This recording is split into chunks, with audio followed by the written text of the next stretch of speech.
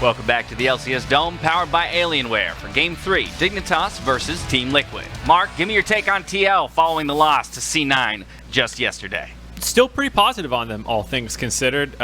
They played them tighter than anyone had ever played them before. This split, we talked a lot about how C9 often actually does fall behind the early game. Half their games, they've had a goal deficit at 10 minutes, but they've always swung it back in their favor over 15 and 20. TL still played them tighter in those windows, as well as getting that gold lead. So overall, still pretty impressed with them. Even after the game, Sven was talking about how Team Liquid had given them the best run for their money in any game, or in scrims at least, than any team had been able to do. And so there's still things to improve upon. They're not playing perfectly, but it's a really strong start for this team, and they've done a good job of beating a bunch of people who were over them in the standings last split. Yeah, Crumbs, let's talk about what's working for TL. What has aided them in their victories so far this split before we get to what can be worked on? I think the fact that they're getting a lot of wins off of just some solid drafting, obviously there had been some blunders, but the fact that they're always having a solid late game, something that they can play around, makes it really easy for them to know what their win conditions are, and then just wait for those spikes. I think Impact has had some solid games on Mordekaiser, some that have also been punished, but on the flip side, that has not been their downfall. I think that they are also learning. The Cloud9 game really showed us that they are quick to recognize that, hey, we can't really play like this all year long. We're going to have to figure out to be a little bit more aggressive. And so the fact that they've already started swinging in that direction is a really positive sign for Team Liquid, because even in their 4-year stunt run, they were still that passive team. So this is a new breath of life for this squad. Yeah, it's nice to see them reach for a different look yesterday in their loss against Cloud9 and have a little bit of that aggression. But probably while we talk about TL already beginning to expand their playbook and get a little bit more creative with how they come to the table, we look across the rift and Dignitas is still winless, right? So they're just trying to craft that first strategy, the one that can get them over the finish line the very first time. So where do we look, if anywhere, in Dignitas right now, for those advantages or the people who might be able to make a W happen? Yeah, so the bright spots on Dignitas have been their bot lane mostly. Aphromoo and Johnsun have been playing really well in their last few games, especially Aphromoo finding hooks a lot, finding really good Bard Qs. He was actually just playing kind of the old school, like Aphromoo you kind of remember, where it's very clutch plays where, if he misses it, it's kind of all doomed, but he's landing them nonstop, and it gets him really close to getting these leads and getting ahead, but their team play still isn't there, so they still fall short. But in their lane, they're looking really good.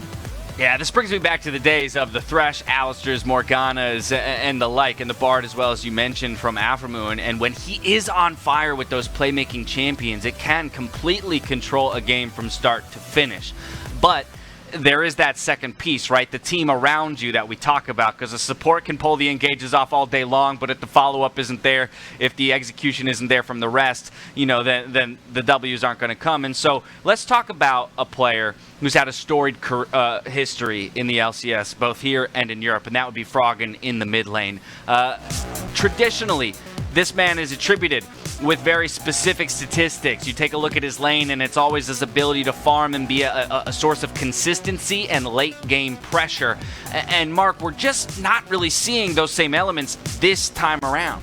Right, these are a lot of stats that usually favor, Froggen. If you look historically, his damage difference compared to the mid laner he's playing against, his damage with his gold, CSD, his laning, these are the things that we always attribute as strengths for Froggen. He's actually still ending up in the bottom of the league right now, even though he has had, traditionally weaker teammates and stuff like that. Usually these individual stats are good.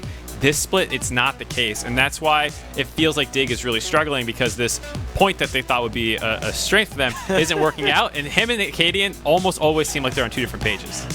Yeah, this is just classic electromagnetic spectrum. You have to understand magnetism. You need a positive charge and a negative charge for the attraction to be there. For Froggen and Akaadian, they're both just negative charges, and as soon as you see them get close to each other, that's an external force pushing them together. But as soon as they do that, you see the electromagnetic pulses come out, they push apart, and they're not going to play together again. So I'm just saying, every time I see these guys together, they don't want to stick together, and it's a big part of why Dig is having some issues. And like right here, you see Akaadian's putting down the Herald. It's going to be a nice distraction. And right there, you see the negative pulses go off. Akaadian's going bot, Froggen's going back mid. Normally, when it's a positive and negative charge, they would both be together at Dragon here, and this wouldn't be an issue. But this is kind of what I mean when they're both just a negative charge and you can't get across. Here, I can't believe they got together in that fight. You know, I was expecting them to bounce off in the bot lane. Yeah, a fun way to illustrate what I think is a super valid point about the pieces of Dignitas that just don't seem to be fitting together at this moment. Of course, there's still plenty of runway left for all of these teams in the split, and so with that, we're going to throw things over to Freak and Kobe to get us into Game 3. Thank you, Dash, and welcome everyone to the LCS Summer Split. I'm Freak. Kobe, are you ready? Let's go. You can't do that to me anymore. That was your last one. I finally did it. Now you can let it go, right? We all know the answer to that question. Of course, Kobe. Of course. Welcome, of course. It's going to be a very fun game right here. Dignitas taking on Team Liquid. Dignitas sadly yet to pick up a win. However, with a new top laner in the lineup, promoting Lourlo back into the LCS, they're hoping it's going to be a different look here against TL. Exactly. That's one of my big stories here that we do need to touch on. Lourlo getting subbed in for Dignitas. Now, he wasn't like crushing Academy. Dignitas Academy actually was struggling themselves a bit. But Lourlo has been one of these guys in and out of the LCS for a long time. He plays all the standard champions, Aatrox, Volibear, Set, a lot of these. So I don't think there'll be any surprises with him on the team. But if you look down this roster and you're talking about, oh, Johnsun and aphromoo have been playing really well recently. They have Froggen and Akaadian ever since he came in. They should be able to build something off of this. Maybe they can muster their first win here right off the bat, though. Pretty standard top tier bans. I see Graves still open. And that is a big Akaadian champion to me. When Akaadian was first in the scene coming up, he was playing even top Graves, jungle Graves. Like, he was a huge fan of that champion. And now that it's back in the meta, I always like to see him pick it up, even though they didn't have success with it previously. Well, we're seeing the picks forked a little bit here. Ezreal still up as a prime bot laner right now, but Team Liquid said go ahead and take the Aphelios. We're going to grab something high priority for ourselves. Twisted Fate is a contested mid laner. You're seeing that hover right now, and likely go over to Jensen. No, going to pivot last second, go for Cassiopeia. Now, again, I will point out that people seem to really like playing mages into Aphelios because he has a lower base MR, so that even if you take the MR stat shard, it's still worse than if let's say a Kai'Sa or a Kalista did that.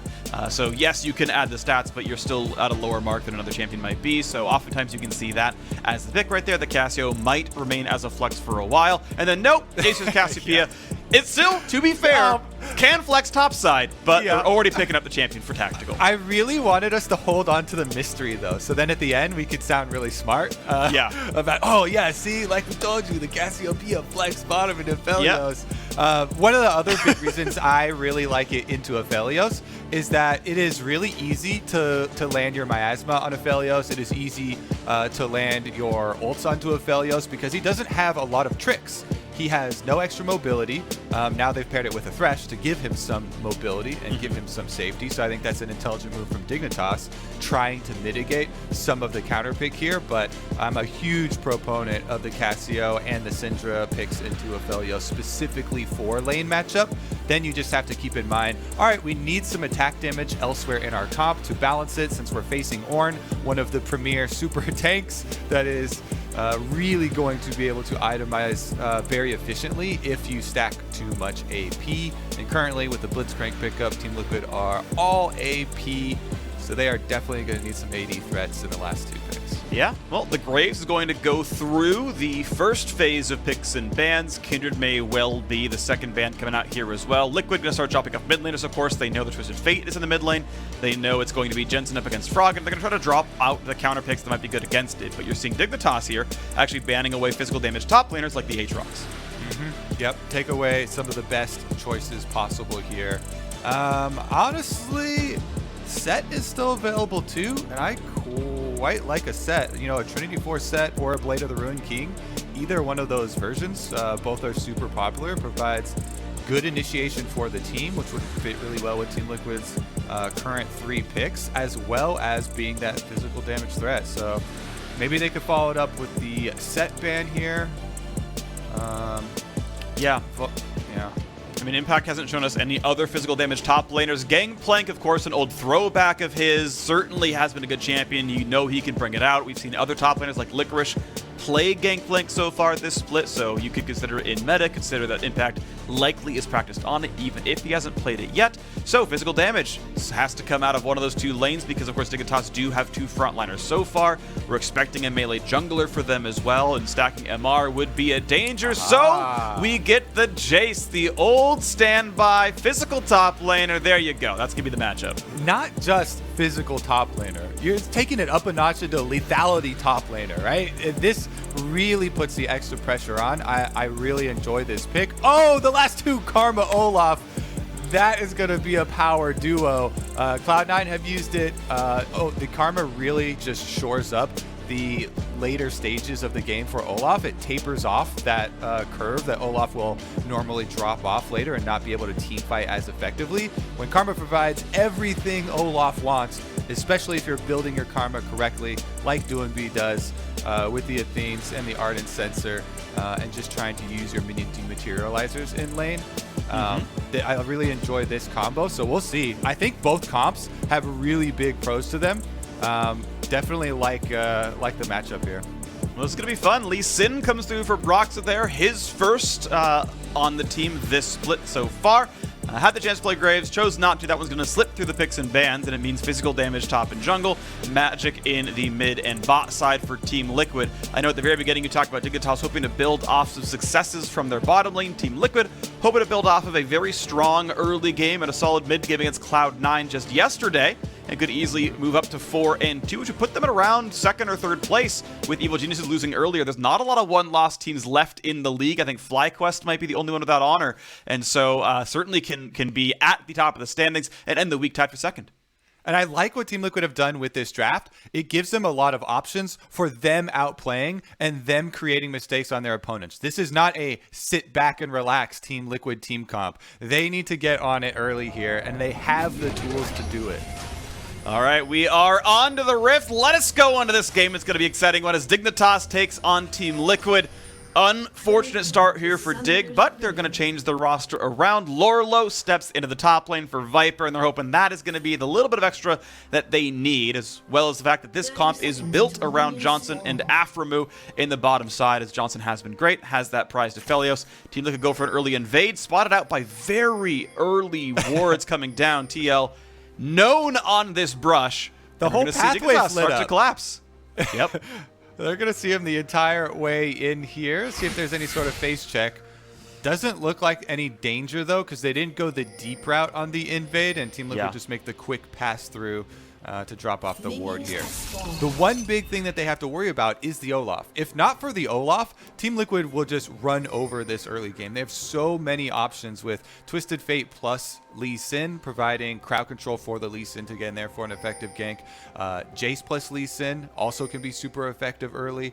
And of course, the Blitzcrank on bottom side trying to counter pick into the Aphelios Thresh combo. So that's why I say Team Liquid, this is not their normal sit back and relax, we're going to scale up for later for team fights. They have drafted themselves so many options, so many tools to create action for the fans.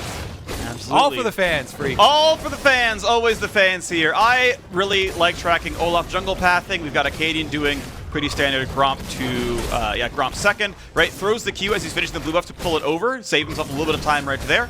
Obviously, a lot of damage coming out of this Olaf. I want to track how fast he gets that level up, right? We had Blabber getting, I believe it was level 4 at under 3 minutes, pretty much getting halfway through Krugs by, before the 3-minute mark. So I got to see if Akaadian can make that one happen for himself. Olaf, obviously, incredibly fast early jungler, should always remain ahead of the opposing side in XP and gold as the top laner is fighting back and forth. Impact takes the trade at level 1 and gets some decent damage down with it. Yeah, the key, of course, as pretty much everybody is well aware of now with Olaf, is getting yourself intentionally extremely low off the blue and Gromp.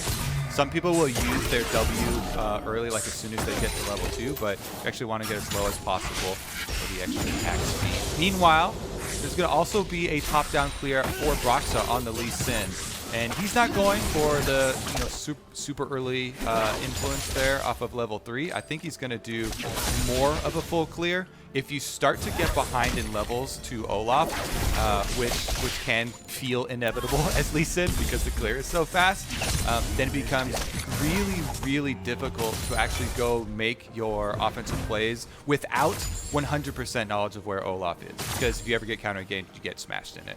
And Lee Sin really needs to prey off of those small openings. Level 4 at 305 for Akaadian, by the way, is the mark there. We're going to, obviously, Lee Sin, not as fast of a jungler, and in fact, kind of helping his team, as you can watch him helping TL on the bottom side, trying to fight for Scuttle, but it means there is a level lead for the jungler. Akaadian still 2 stacks in his potion. Broxah does not have that.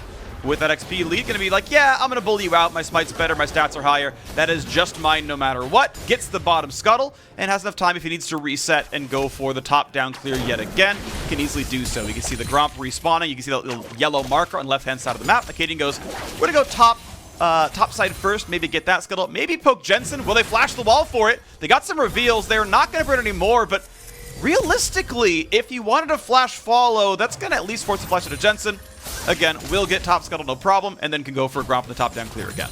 Yeah, that little skirmish there on bottom river is exactly why I recommend the more full clear for Lee Sin and not wasting some time trying to steal away and sneak away a Scuttle Crab away from Olaf. Because he clears so much faster, he's always going to have his level 4 advantage over you, unless you have a really powerful lead in mid and bottom for both of them to collapse.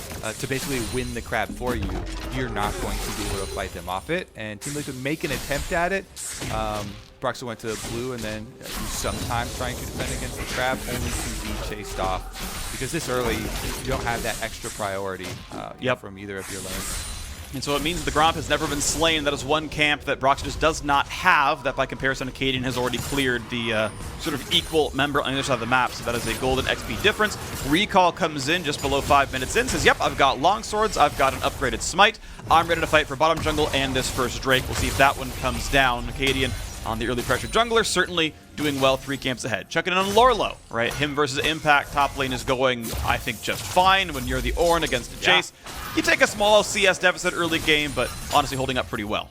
And honestly, with the extra minions in front of his tower, he might be able to last hit those and catch right back up. I judge it a lot by the health of your turret. But here we go. Big play already. Here comes Karma. They've got Tactical dead to rights, and the kill comes through. First blood to Johnsun. Get that snake out of my lane, and how about an ocean break for good measure? And somebody say bottom lane freaks, because aphromoo and Johnsun have been doing everything they can to get Dignitas on the board with the win in the LCS, and they do it again. Teleport is channeled by Froggen just to ensure that they can get that kill, but man, that was all Johnsun and aphromoo to pull in Tactical, get that kill. And this is with Tactical having Flash here too, so it's just a good move from aphromoo. Flashing in with the play, and then it looks like Tactical did not want to flash at the point he had already gotten the slow of play on him, because if you flash and Aphro still hooks you in with death sentence, then not only are you dead, but you're probably going to die next time too with no flash. So absolutely. Purple gun was up there for Aphelios as well, so we had the follow-up route. Like, realistically, there was just too much crowd control to deal with, and it was a nice flash play exhaust. Guaranteed it. Exactly. aphromoo back on track. Feels nice to see him making some big plays.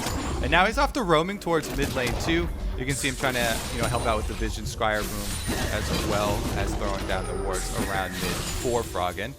Speaking of Froggen, this is an interesting topic for you. Okay. We classify players a lot, especially mid lane players. Yes. And Froggen has always been, the kind of the eccentric, playing like Vel'Koz and Anivia, a lot of these more off-meta champions that other mid laners don't. And he's also been classified as super heavy farm, only stay in lane. But here, he's taking up the Karma. He looks like he's going to be building for the team as well, and building for Akaadian.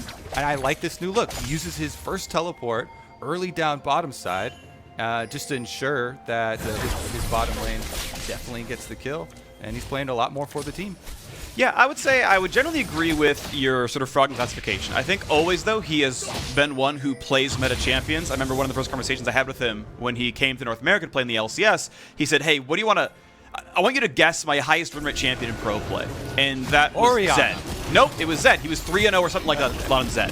Back in 2014, playing on Alliance, well, it was 2014. It was the Assassin meta, and he was on an EU LCS winning team with Alliance. And so, lo and behold, nice. Nice, nice try. He got it. Yes, he did. He hooked the red buff. Good job, aphromoo. But, you know, you see the anger in Broxah's eyes. Yeah, too, of course. He knows there's nothing he can do about it, but he's just like walking after him. Yeah, but yes, Froggen is a player who has always been able to play meta champions. Maybe it's not his trademark style, and he's, you know, maybe 5% weaker on those champs, but can play them. And here he is in front of a Twisted Fate on this Karma, burning the cleanse, helping to support the team, gives him a shield. Ulti comes down to block the slow, but burst damage could still kill Akaadian. Runs the right back out. Flash for Jensen. Back into the brush. Shields on again. Knock him for Lourlo. Knock him again for Lourlo. Massive damage, but not enough to kill Jensen. The kick is there. Froggen, one hit from dead. Lourlo picks up the kill. Shock Blast. Rimfact turns one around. CoreJJ tries to hook for good measure, but either way, it's Team Liquid winning the fight 2-1.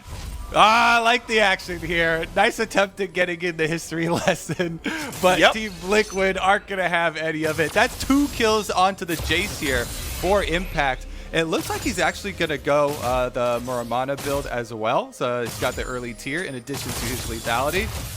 This extra money is going to get him much quicker to the completion of the item. So then you can start stacking it and get your transformation. I gotta say, that team fight was fought well by Lourlo, but fought better by Team Liquid, who just kind of brought everyone down. They had the damage. Rift Herald, again, was claimed. Yes, that gold can come back in. Looking at the stock of this game right now, Hook was close, but I believe the recall came through just in time. aphromoo was safe. And we're going to see, you know, 300-400 gold pick up off that Herald. A very close game right now, and should swing right back to Dignitas with the Herald Summer. Yeah, I mean, did like the double knockup bounce pass there from Lourlo, timing it well with his ult and charge. Tactical, let's see if he can actually get this turret plate. Should be able to, but aphromoo got mobility boots. He's not making a beeline down towards bottom lane though, so it should be able to pick it up just fine. You see the defensive vision. All right, no major problems now. Akaadian and aphromoo going to walk right back into the mid lane, hoping to find something to do. Keep in mind, Jensen does not have any summoners up. They should have been able to track that without much issue.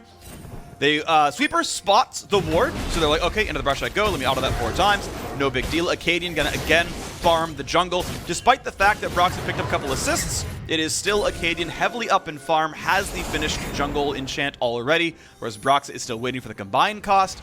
We'll see if that turns into something more as well, because there's a whole bunch of attack damage. I think it's something like 40 AD for completing the jungle enchant, so big deal there. And once again, there's a potential fight. Axe does not quite land in according to Jay. The flash hook! Oh, he caught him! In goes aphromoo. Flays him, and Core is flashless. What a lasso! Akaadian grabs the kill.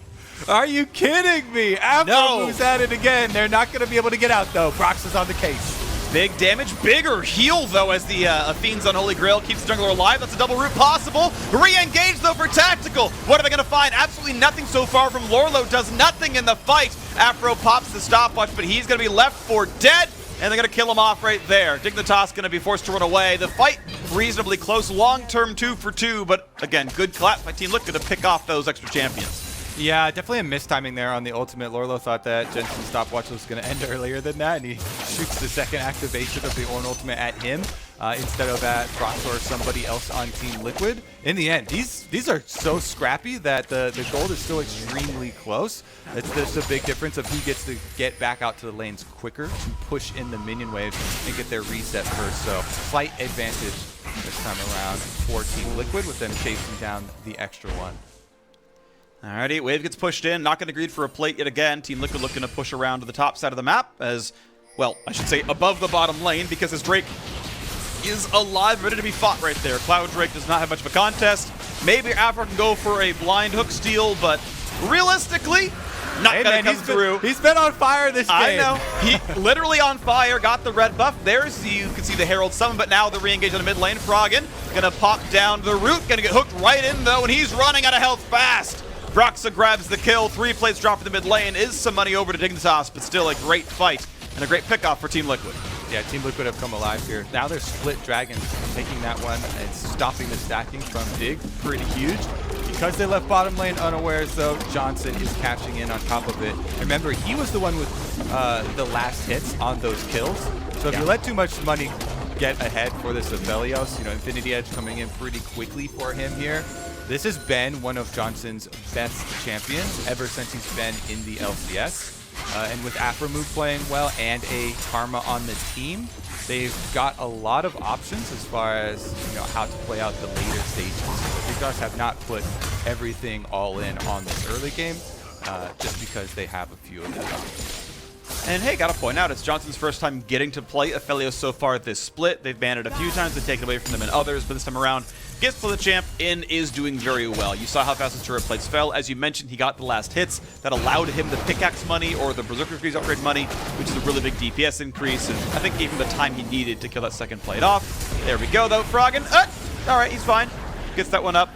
I like that he shielded, by the way. The shield was smart, right? It prevented the recall from being stopped. That was a good play out of Froggen right there. That was good. I like that you recognize what I'm about to say. Yeah. I was like, Kobe, we for sure saw this. That was smart. That was smart. All right, look for the Twisted Fate play now, because that's a. It's actually just going to be a ward clear here. Blue buff big play, Kobe. For Broxah. Honestly, though, this topside pressure, Impact should be able to continue to wear away on Lourlo. I know he has finally built up the Bramble Vest, but continuing to stack up his Muramana, or getting close to the Muramana transform here for Impact, the Shock Blasts are going to come through very, very quickly. Yes, they are. Is going towards lethality, as you mentioned. It was, ooh, that is a great hook. The Lantern is not going to be picked up with the miasma, and that means a shutdown comes through for Tactical. Nice hook by CoreJJ, and suddenly Afro, he's in danger. It's a 1v3, has to walk away from the turret. Nice ward there from CoreJJ, right on top of the ward after getting the pull. As much as we're talking up Aphelios for Johnsun, he does have weaknesses. He does. Pull from the brush there from CoreJJ. Not going to let aphromoo have all of the glory. And we remain with Team Liquid pressure here. Now they're really starting to gain more territory. If they can finish off that bottom turret, and Impact, like I was talking about on this Jayce, fully takes control of topside, that will be 2 outer turrets going down in quick succession for Team Liquid. Trying to push ahead on their power curve here. Akaadian wants to sneak away the Rift Herald off of their reset, and since they've got everybody in the area, they should be able to grab it. Shouldn't be too bad. We know mid-turret already lost the first 3,000 health that it had because of the earlier Herald summon that did donate some gold to Froggen as a result. Second Herald, no problem at all, and that means they can either finish mid or likely finish bot lane, because that one got chunked down by Johnsun as well. Speaking of him, they've moved the AD carry to the top side of the map. The turret will actually stay alive. TL don't quite claim that money just yet, although pretty soon someone can knock that one down with 2 auto attacks, but it means the Dig dual lane's up there. We'll see if they can knock down a turret with this pressure. Now, Team Liquid have to play the mid stage of this game a little bit differently because they don't have the VP frontline. So, again, it is going to be them trying to 1-3-1 with the Twisted Fate with Jensen. This is something that we haven't seen a lot from Team Liquid, why I was kind of so excited in Champ Select, and this is the stage of the game where you have to utilize those tools. Splitting the map with your 2 outer turrets on both sides down, looking for the picks with your Lee Sin and Blitzcrank that are backed up by Jensen's Twisted Fate ultimate. So we'll see if they can actually create that pressure, because they've made the choice to keep their Twisted Fate mid, looking for those picks with his ultimate on both sides, rather than having him be one of the split pushers, even though he's got his Sheen and working towards that Lichbane. So later stages, he'll be able to chunk his powers down. So I think what's interesting about how this game is going is, again, kind of compositionally, right, is how do you play a game against tanks when you have no crit marksman? Right? Cassiopeia is certainly much higher DPS mage than, say, a Syndra or a tank Fiddlestick, so I feel like there is damage in the comp, and most specifically, the fact that Lourlo had to itemize a bunch of armor to land against Impact. He has no bonus MR at all against a Cassiopeia, who has a kill, who has some solo turret gold, and quite a lot of farm. So the ability to kill frontline absolutely exists in the TL lineup. Mid lane turret goes down, and now they're going to start playing around this Infernal Drake as it spawns right now. Yeah, and the 1-3-1 I'm talking about is exactly what they're doing. Taking effect here, giving up the dragon, exchanging it for longer pushing on the side lane. You see Jensen finishing up the secondary turret there with the Twisted Fate. Just the base Sheen, enough of the extra damage to finish it off. Knocks it down, Team Liquid. Nicely done right there. Gets 3 turrets down, 2 in the top side, 1 on the bottom. Everyone's done their share of knocking things down. Tactical getting most of the gold from this one. Again, he is the primary team fight carry of this lineup. As the Cannon Minion goes down, they begin to siege mid lane outer. That is something that Dignitas are a bit loath to defend. The hook could have landed, but Afro walked far enough away to not lose anything there.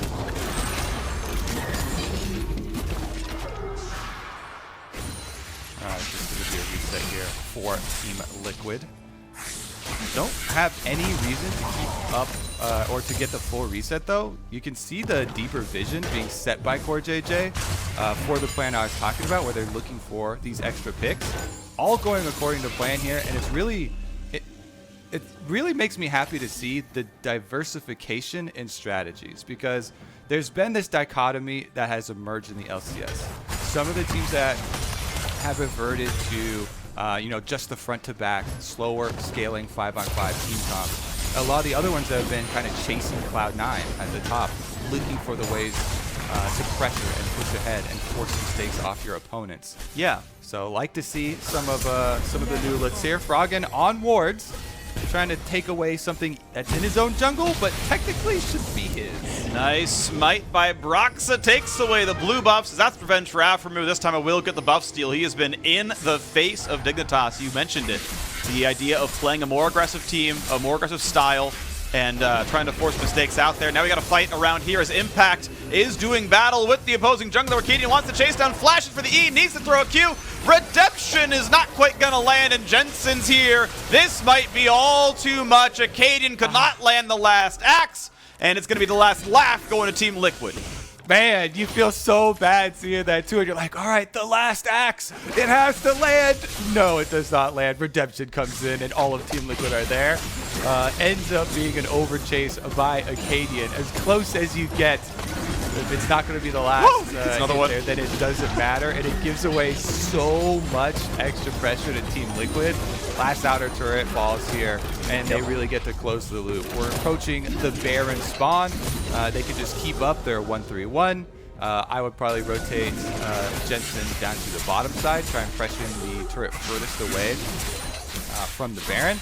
Impact does have teleport up as well though, so he could do it equally as well. He did have to use his flash in the skirmish there with Akaadian, which is why I kind of wanted to opt for Jensen, since he has double summoners available and it's a little bit safer for him to do. Alrighty, so looking at this game, 5,000 gold lead 20 minutes in. Team Liquid have somewhat quietly gotten super far ahead in this one. You're seeing that they are up 3 turrets, they are up 3 kills. Despite losing the Heralds, they don't seem to care. They've gotten the turrets their own way.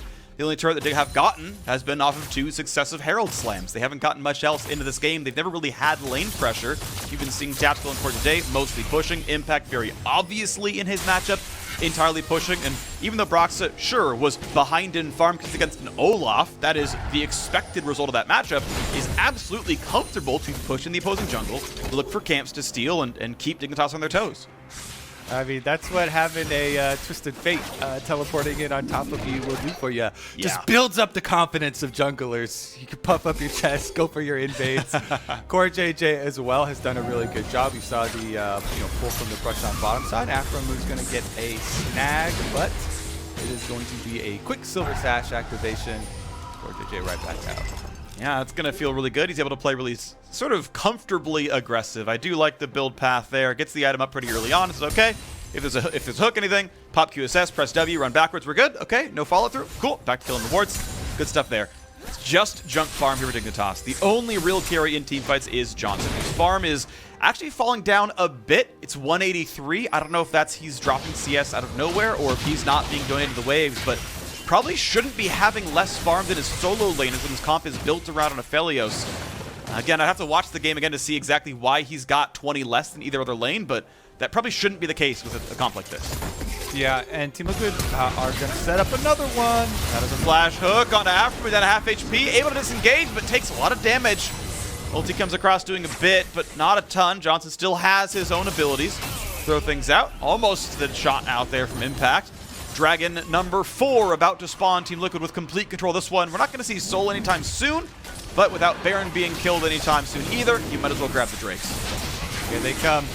They've got the upgrade on the Infinity Edge here for Aphelios at least, so it makes up for some of that gold deficit you were talking about. See if they can get the catch. Ornn, knock up onto CoreJJ. Not the ideal target, but they can certainly try. It's not going to be enough. A flash away, and it is some summoners out of Team Liquid, but the re-engage might be just as deadly. Running forward towards Lourlo right there. Afro waiting the wings, finds the hook. Impact didn't see it coming. A shutdown of the kill credit crucially goes to Johnsun.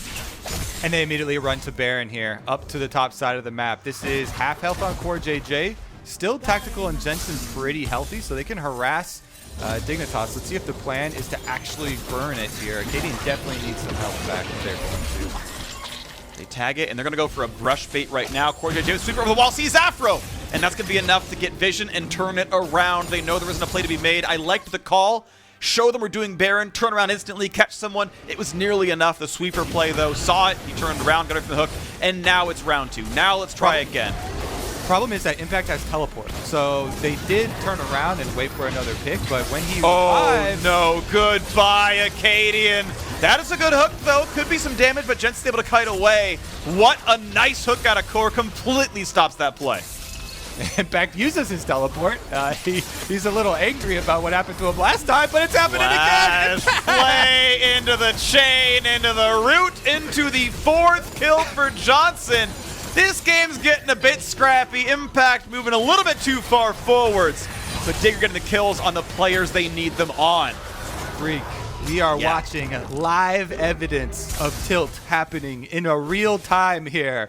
Oh, Impact runs straight into aphromoo 1v5 at the Dragon, teleports right back out onto the map after the team already got them to disengage off of Baron, and gets chased down by Afro again. Afro flashing in for it, grabs the extra kill.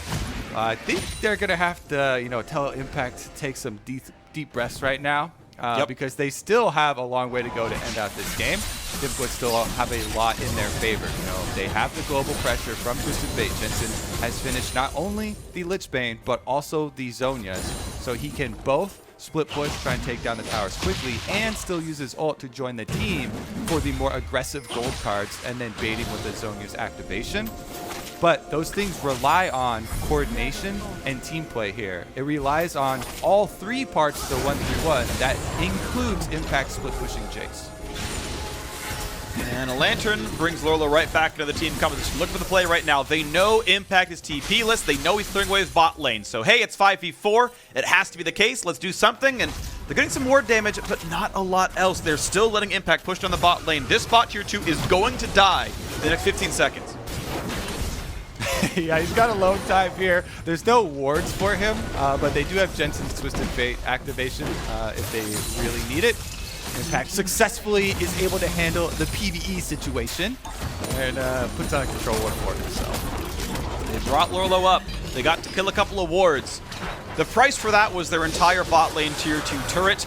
And maybe they turn that into more Baron control soon. Because it's mostly Fog of War, Team Liquid can't easily walk in, but they don't seem too distressed about it. Lourlo can obviously lane to the bottom side. He has his own teleport. Does also have a level lead over Impact. 15 to 14 up there. That means he can upgrade a second item. The Black Cleaver could be upgraded there for Akaadian. Maybe we'll see that at some point.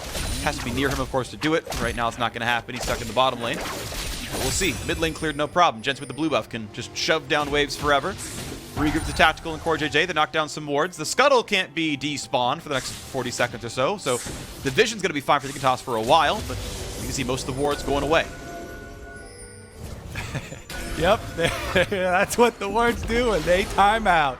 Looks like we're going to have a press forward for Froggen. He is not building the Ardent Sensor, by the way. He's going with the Death Cap for Karma, and he actually went Redemption instead of Ardent Sensor, so they don't have the extra attack speed for Akaadian and Johnsun, but they're still making one of the hard pushes towards this mid, and they're going to try and race the side lane pressure there from Jensen, who actually backs off as they don't have the flanking ward behind him. It's an interesting choice here. They're actually kind of trying to call the split push here from Team Liquid with some pressure of their own. Well, they're not getting a ton done just yet, but I guess neither is really Team Liquid. Top lane gets pushed in. That wave is dying to the turret right now. Looks like Froggen's going Death Cap so he can get an Ornn upgrade. They obviously could upgrade Redemption. They're choosing not to because the stats aren't as good. So he's saying, I'm going to finish that item, give me another 40 AP. Let's go on top of that one. That should feel really good. And maybe soon that'll come through. And whoa, Akaadian nearly hooked in, but they're going to get some wards down, and Dignitas once again going to fight over this. They've got the Ornn coming over. aphromoo pops the speed. Can they find a play? The Jayce on the other side of the map. He's stuck in mid lane. Ulti's gonna land. He's rooted for a long time, but certainly more than about 3 seconds. He's able to flash away. It's definitely getting a little dicey. Yeah, your exclamations I think are felt by a lot of the viewers, a lot of the Team Liquid fans. As Impact cutting it close once again, has to burn the flash, and probably that means the dragon. Johnsun should be able to finish it up. Red gun here, plenty of healing as well. So another objective for Dignitas. Now, if we're looking at Dignitas's punch back through this game, it still does hinge a lot on finding multiple members with an Ornn ultimate. And hook onto the ult, and that's going to be, yeah, that's the tank. That's not the easiest target. Ornn's going to be pretty durable there. It does mean Top Scuttle goes back over to Team Liquid, so they get Baron control for now. The obviously uncontested Infernal Drake means Dignitas get to stack even more stats. It's more raw AD on Johnsun, more raw AP on Froggen. Those are good numbers to have Infernal Drakes on. Bit of poke there from Akaadian. Wants to get rid of the wards, but doesn't also want to be hooked in. They're going to fight over the wards. Yep. Back down goes Impact. TP up this time, pushing in the bottom side. All right. Sit back to the game plan here for Team Liquid. They're trying to get Impact up to the secondary turret so they can actually force on this Baron. Cassiopeia, plenty of damage right now. Tactical can actually melt through Baron, but they're going to need to buy them that time. Dignitas, I feel like, have so much pressure on them, and that's why you see, as soon as they're back out on the map, they just make a beeline towards an objective to try and force something before Team Liquid can get their 1-3-1 fully operational, fully in place, and attacking those side lane turrets. Dignitas holding on fairly well. You can see the gold lead, though, is 6,000. It's held pretty flat. It was, I believe it was 5K at either 15 or 20 minutes. It's grown a little bit since then, but it's been a slow push. And honestly, percentage-wise, the difference there is probably shrinking over time. So Dignitas holding on fairly well. Items still stacking up. Death Cap done super tactical. Death Cap is done and upgraded for Froggen. That's going to feel pretty good as Lourlo is playing the bottom lane. Impact could not find a way in on that fight. Just goes for the wave clear yet again. Yeah, I think it's a good judge of your target here. Even though he would be able to get the jump on Lourlo, he doesn't have enough defensive warding or enough time to finish off the Ornn here, even with the armor penetration being built up. It has the fully completed last. Let's see. Does he actually get up to the tower? They're trying to force it ahead. Dignitas have to make the choice. They have to choose a target and charge. And they're going to choose to send Ornn back down to the bottom side of the map and play a bit of a 4v4 or maybe a 4v3 as the TF is also pushing the top side. They're sending Karma and Thresh that way, which means it's just wave in the mid lane, then backing up yet again. The waves are obviously all on Dig's side of the map, but at the end of the day, these teams are trading farm back and forth. And I still feel like I favor the conventional marksman team if they get into a raw 5-on-5 team fight. Obviously, for Team Liquid's side, they don't want to be in those situations. They're trying to keep the game split up, and that 5-on-5 fight may never happen. Yeah, I mean, that's why I like watching games like this where you have the two competing strategies. Team Liquid trying their darndest to get Impact up to the bottom turret, start whittling away on it, and poking around, threatening the Baron, so that you have this cat and mouse where Dig are very powerful as 5 members, and they do have the Karma speed up, and they have the Ornn for long range engage. But if Team Liquid continue to dance around it and can actually get themselves some pressure on the inhibitor turrets, that's where they find their opening. You try and force Dig into that difficult decision and hope that they crack under the pressure. We're going to see right now because the bot lane is being pressured and Impact takes down that turret. Lourlo finally shows up to fight for this one, but already the major damage has been done. Goes in for a trade. Impact, look at that, chunks the guy to half off of the Lord Dominic's being done. Means he's got the armor pen, feels great about it. Lourlo going to go ahead and forge a bit of an item and do his best. Hook on core, nice QSS once again, stays alive. That's the second time he's gotten himself away, but it means bottom inhibitor is down, and the pressure has been mounting. Dignitas have been unable to find the counter punch as continually Impact pushing the bottom side. Yeah, it's a stressful situation, you know? You've got your Ornn down bottom trying to hold. He's unable to do so, but you also need your Ornn with you to get the long range engage to actually force the split push to break. Yep. And it's the frustrating situation that most of these stronger 5-on-5 teams will run into. Tactical now level 16 on the Cassiopeia. 2 levels over Johnsun, as he's been soaking up so much of the mid waves with blue buff on top of it. It's infinite wave clear for him, and without the Ornn, he doesn't have to be too afraid. Except for maybe like a flash aphromoo play. Teleport in. 15 seconds till Infernal Soul for Dignitas. And that means Liquid must have all 5. Johnsun will heal back up off the wave. Death's Dance, pretty good item, you gotta say. Gonna feel comfortable on that one, and now it's time to make the play. But look at this, Jensen is pushing top side, and the rest of TL can easily walk to Baron. They're going to knock down the inhibitor turret, they're going to knock down the second inhibitor maybe as well, and this is the trade. They are willfully giving away Infernal Soul. They're going to give that to Dignitas. They're going to crack the turret, and they're going to knock down this Baron here as well, and they're going to hope, for Team Liquid's sake, that this is enough for them. Akaadian has to be respectful. They've walked in. Ult's get away from the hook. Is there a re-engage? They're against the Baron buff. They hook in Corey stays alive, and the ulti is down for Johnson's Aphelios. Here comes the re-engage. They find a slow on a 2. They find a knock-up onto Jensen, but he is out of range. Tactical might feel safe on the backside as well, and it is time to run away. Superman is flooding into the bottom side, but Dignitas looking like they want to push in the mid. That's not probably going to work. They're going to take the recall. Now they have to wait out this Baron buff. Ah, yes, these late game decisions, Freak. So good here. Infernal Soul is traded over to Dignitas, but Team Liquid have made a gambit. Team Liquid want to be able to finish the game with this Baron. They already have bottom inhibitor down. Top inhibitor was exposed by Jensen right before taking the Baron. A lot of this hinges on the next 2 minutes. If they cannot cause further damage to the Dignitas space, and Dignitas can hold out, just retain their Infernal Soul, then they will be the ones with the upper hand, because you've got a big desync on the Elder Dragon and Baron spawn, and they also have a decent way to try and hold their base. So everything for Team Liquid hinges on the next 2 minutes and their split push ability. I still think they have the upper hand, and I think it was a good trade for them, but I like that it also means that they need to keep up their pressure. Impact might be in danger. He does have the Banshees. That's been knocked off. Has to flash. Is there an engage? There is, and he's shut down. A lantern for a shield. Johnsun solo kills Impact. Can't run away in time, and that completely stops the TL push. How are you going to win a 4v5 when Ornn ult is still up? Freak, how do you think it's going? Was that the last axe that needs to drop for Dignitas? Is this the resurgence? They pick up Impact one more time.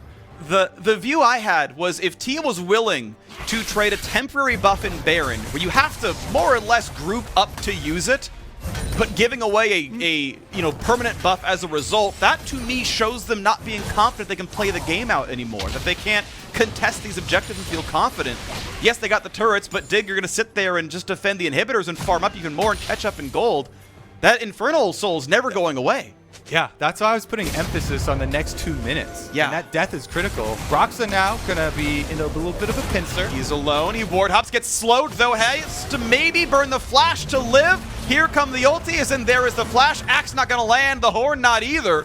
Broxah's gonna feel pretty comfortable now. CoreJJ might find a re-engage Tia from the top. This could be the play that Team Liquid needs. They're gonna have the flash out from Akaadian. He's gonna stick around, but that is maybe a dead Lourlo. He's gonna jump backwards, get knocked up, get stunned up, gonna take a lot of damage. Impact cannot TP back in, but he's running over. Here comes the re-engage. Can they find the hook? Can they find the flay? Can they find the kill into Jensen? Right now, no. They're gonna kite backwards. They're gonna wait and find the team. Aphelios not around just yet, and almost the Jayce now here as well. 5-on-5 without engage tools for Dignitas. Nice W there from Lourlo. He actually steps in front and immunes the pull from CoreJJ, making sure nobody else gets pulled back in. And they've done it, Freak. They weathered the storm. Baron buff has timed out with the pick onto Impact. They took away a lot of the power behind the bet that Team Liquid just made. And now, the final question, can they actually secure their team fight to win this game? Infernal Soul is on. They've got upgraded Ornn items all the way down the list. Yep. Kobe, Baron and Elder Dragon are timed identically. They died within seconds of each other, and the respawn timers are identical at 6 minutes. So this is going to be very interesting in about 2 minutes time, because as you mentioned, the inhibs are back. The gold is still 8,500 different. I will say Infernal Soul probably bridges that gap most of the way, or at least part of the way. And compositionally, even with the gold deficit, I would say Dig wins a 5-on-5. Now, we already saw Tio can very clearly trade 1 for 1. They might have the choice of which one they trade for. They might not. We'll have to see how it plays out. but they still have the wave control. They're still the ones pushing. There's some big factors here too. You know, stopwatches like the Zhonya's or the one Broxah is holding and Guardian Angels can be really big game-changing events to play around, even in the team that doesn't have, you know, the tanks, that doesn't have the stronger 5-on-5. Those big plays are what you look for and what you know, give you fame in these late game scenarios where they're trying to play the push and pull of the 1-3-1.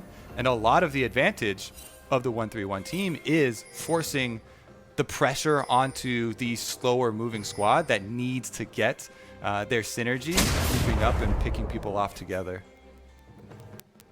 Afro and Core are going to see each other there. The ward over the wall and the champion division doing a decent job as well. I believe that ward was spotted, and yeah, they pinged it, so they know what TL's looking at. And you can see TL's ward control seems to be mostly aimed around topside. They seem a bit more concerned with seeing the approach towards Baron. They themselves, though, running towards the bottom side of the map, looking to contest around the Dragon area themselves. Dignitas still playing wave control. They're the ones kind of reacting and waiting to see when they can actually leave and do something. Yeah, I will say it is definitely nice to see Dignitas looking a lot more coordinated than we've seen from them thus far this split. Yes, already Johnsun and aphromoo had some good games in some losing situations for Dig. It does feel like a lot more this entire game, though.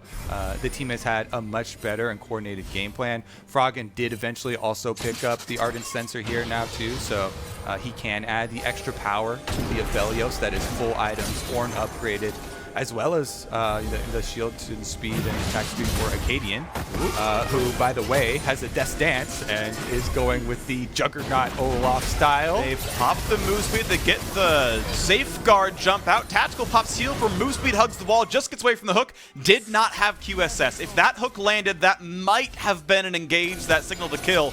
And look at the push now, though. Team Liquid pushing bot and top at the same time. Dignitas forced to rush this down. Lourlo not comfortable against impact, has to back away, has to give the inhibitor, but he's going to ult for this one. He's going to look for the option, for the chance to play, for the knockup, and look at the damage. Elder Dragon came through and forced it, and now Lourlo can look for Jensen. Redemption finds a chunk of damage. He's down to 1k. Baron has been traded, but can the re-engage for Dignitas be enough? They are 5v4 in the map, and they have a lot of time to work with. 40 seconds till impact comes back up. That Q might have been a kill if Froggen landed it. Again, Elder Dragon is on, Baron's on for TL. The objectives were traded. 40 seconds of 5v4. Dig must do something. You have to believe it's now.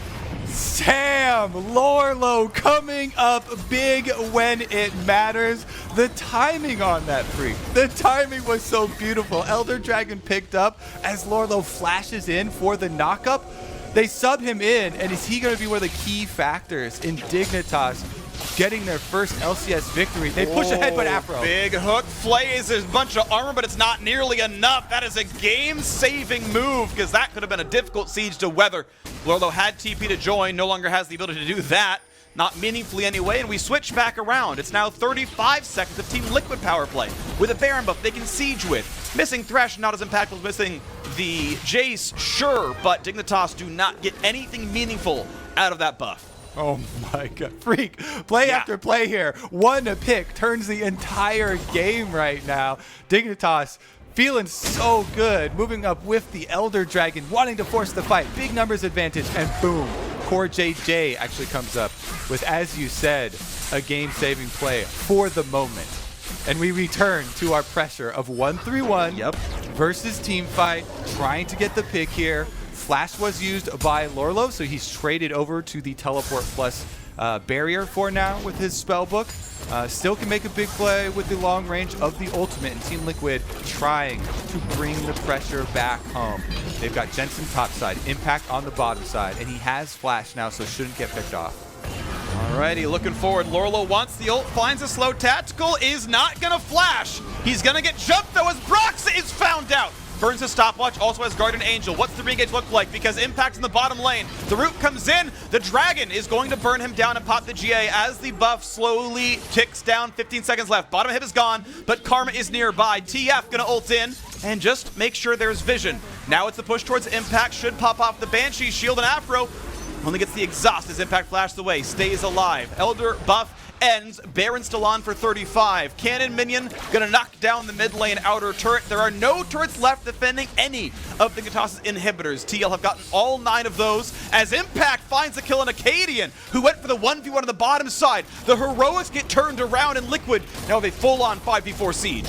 Dignitas trying to play whack-a-mole here as Team Liquid split push them to death. 2 inhibitors down, now without Akaadian and the numbers advantage away from them. Team Liquid will look to close it. Baron on for only 5 more seconds, so it should time out before they get to Nexus turrets. But this last inhibitor looks like it goes down as well, and that means doubled up supers in every wave. Yep. Team Liquid feel like they have finally hit that break point. These are the things you want to have happen. Keep in mind, gold and XP income means almost nothing anymore. Level 18 for all 3 farm lanes for Dignitas.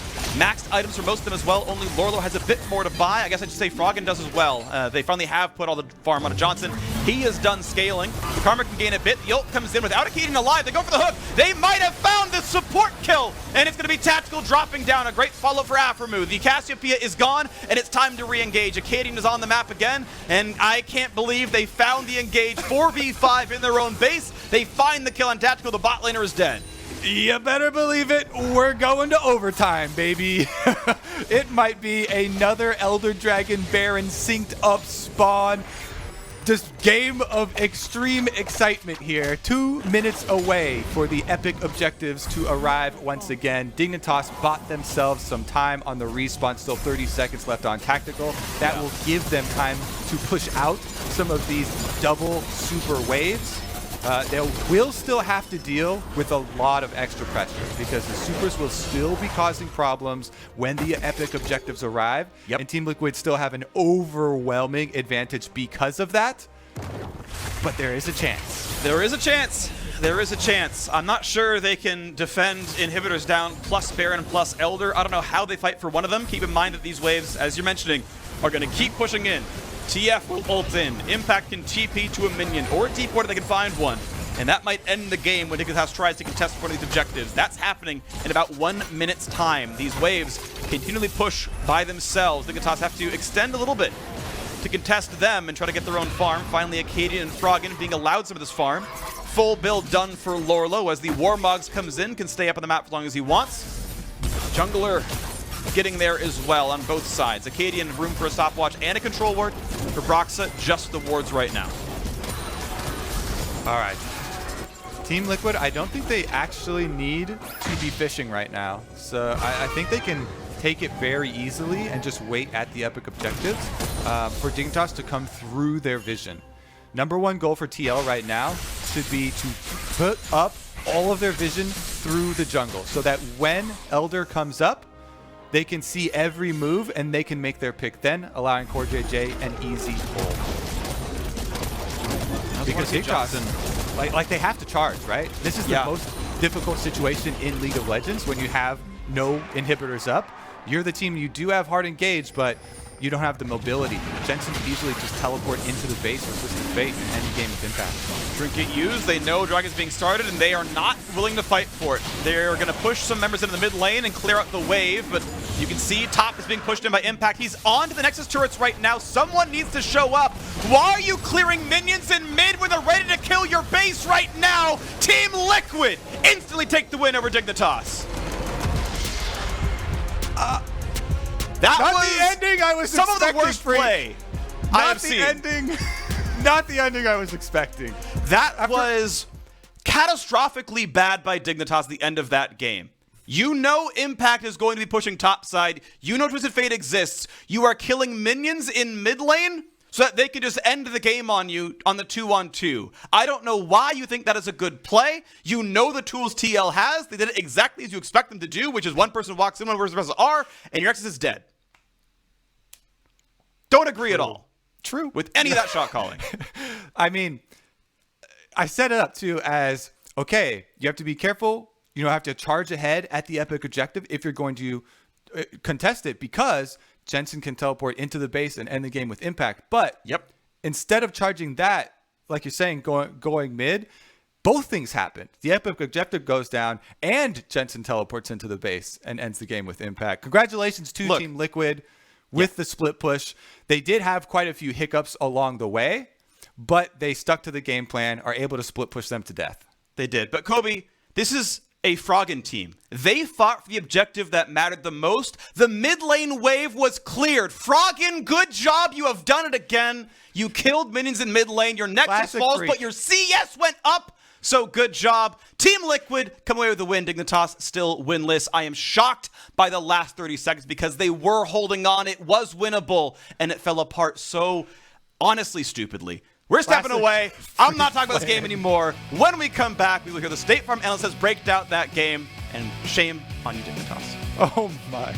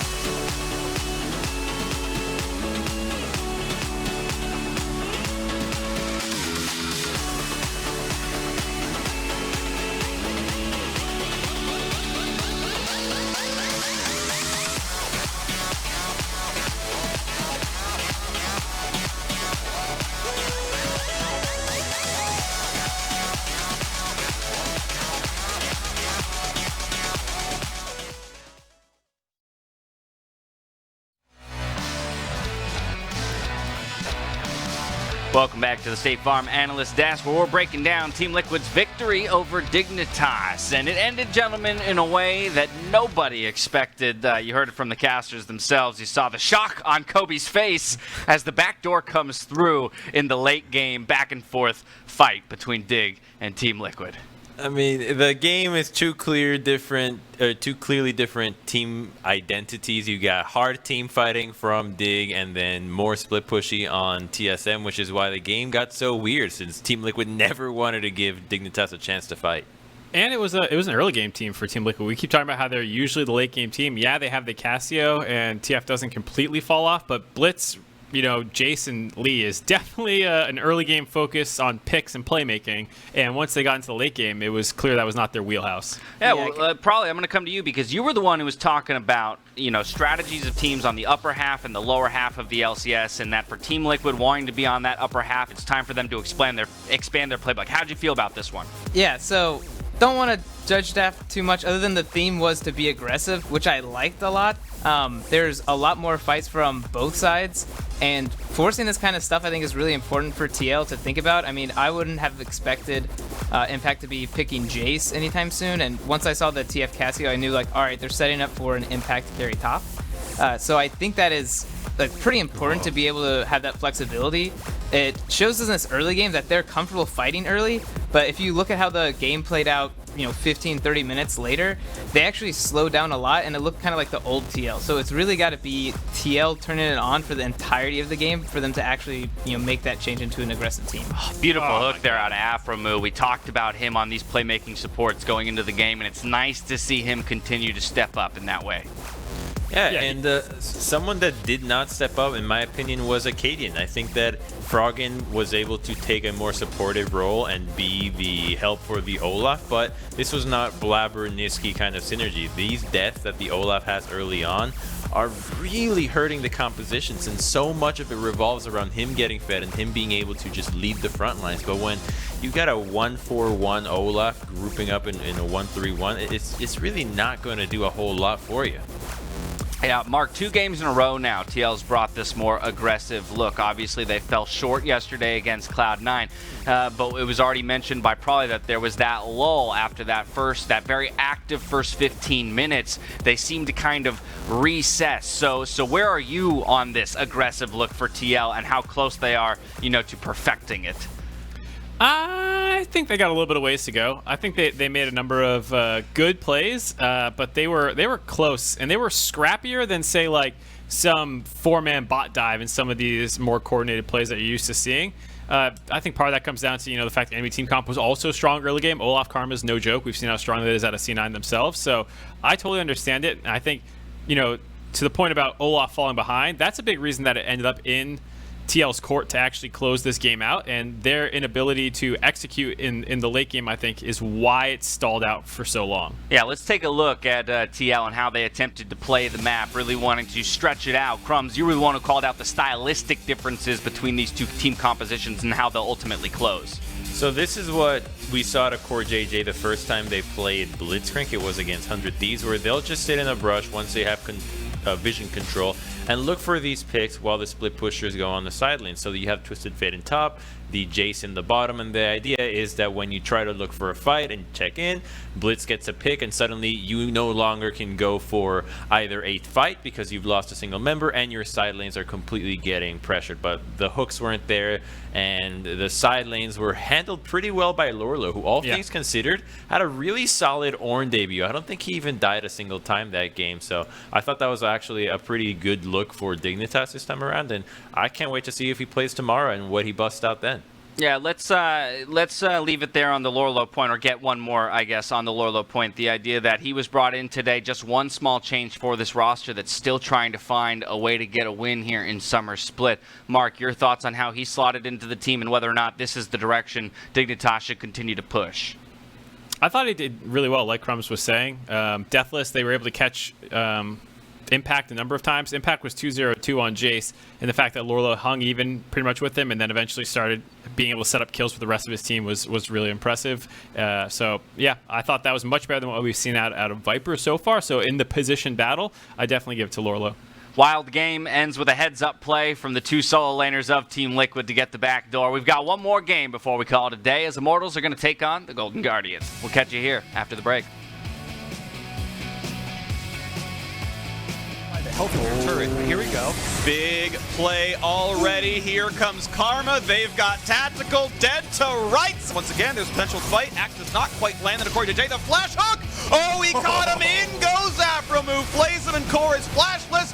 What a lasso. But the re-engage might be just as deadly. Running forward towards Lourlo right there. Aphro waiting the wings. Finds the hook. Impact didn't see it coming. he's going to ult for this one. He's going to look for the option, for the chance to play, for the knockup. Impact, he's on to the Nexus turrets right now. Someone needs to show up. Why are you clearing minions in mid when they're ready to kill your base right now? Team Liquid instantly take the win over Dignitas.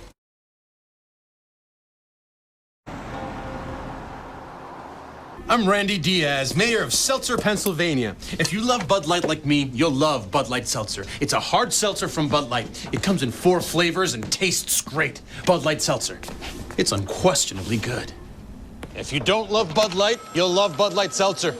It's not Bud Light, it's hard seltzer. It comes in 4 flavors and tastes great. Bud Light Seltzer. It's unquestionably good. Questions?